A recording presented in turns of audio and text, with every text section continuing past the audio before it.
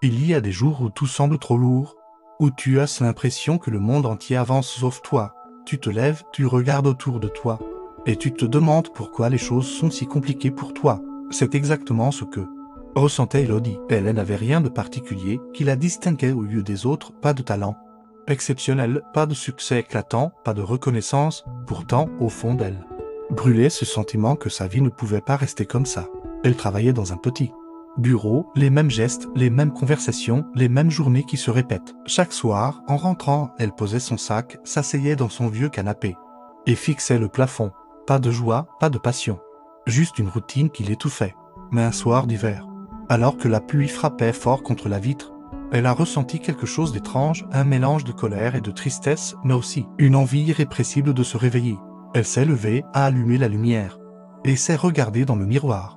Elle ne voyait plus seulement une femme fatiguée. Elle voyait quelqu'un qui, malgré tout, était encore debout, et c'est à ce moment-là qu'elle a murmuré « ça suffit ». À partir de là, tout n'a pas changé du jour au lendemain. Elle n'a pas trouvé une baguette magique qui règle tout, mais elle a pris une décision chaque jour. Elle ferait une petite chose pour se rapprocher de la vie qu'elle voulait. Pas des pas de géant, juste des pas constants. Un matin, elle s'est levée 1 heure plus tôt pour marcher dans le parc et écouter ses pensées. Le lendemain, elle a ressorti ce vieux carnet qu'elle gardait dans un tiroir et a commencé à écrire ses rêves, ses peurs, ses envies. Puis, jour après jour, elle a osé dire non à ce qui la vidait, et oui à ce qui la nourrissait.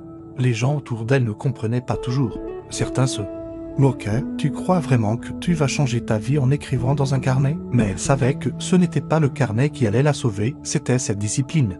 Cette petite flamme qui, enfin, trouvait de l'air pour grandir. Et puis il y a eu ce moment où tout a basculé. Un samedi matin, alors qu'elle était au marché, elle a croisé une vieille dame qui vendait des bouquets de fleurs. La dame lui a souri et lui a dit « Vous savez, chaque graine a besoin de temps dans l'obscurité avant de fleurir. Ne soyez pas pressés.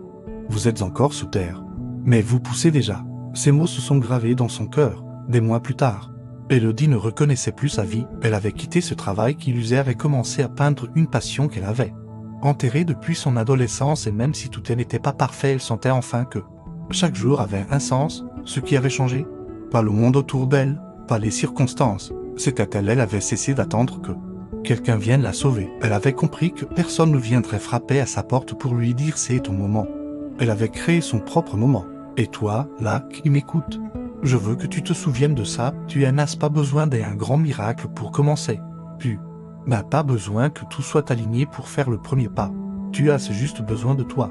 Même si personne ne croit en toi, même si tu n'as pas encore les réponses, même si aujourd'hui tu te sens loin de tes rêves, parce que chaque pas compte. Chaque matin où tu te lèves malgré la fatigue, chaque fois que tu choisis de ne pas abandonner, chaque fois que tu poses une pierre, tu construis quelque chose. Et un jour, tu te retourneras et tu verras, tu as changé ta vie, pas en un instant, mais en une suite de petites décisions courageuses. Alors lève-toi, pas demain, pas la semaine prochaine, maintenant. Tu n'es pas une graine oubliée sous terre, tu es en train de pousser, et bientôt, tu vas fleurir.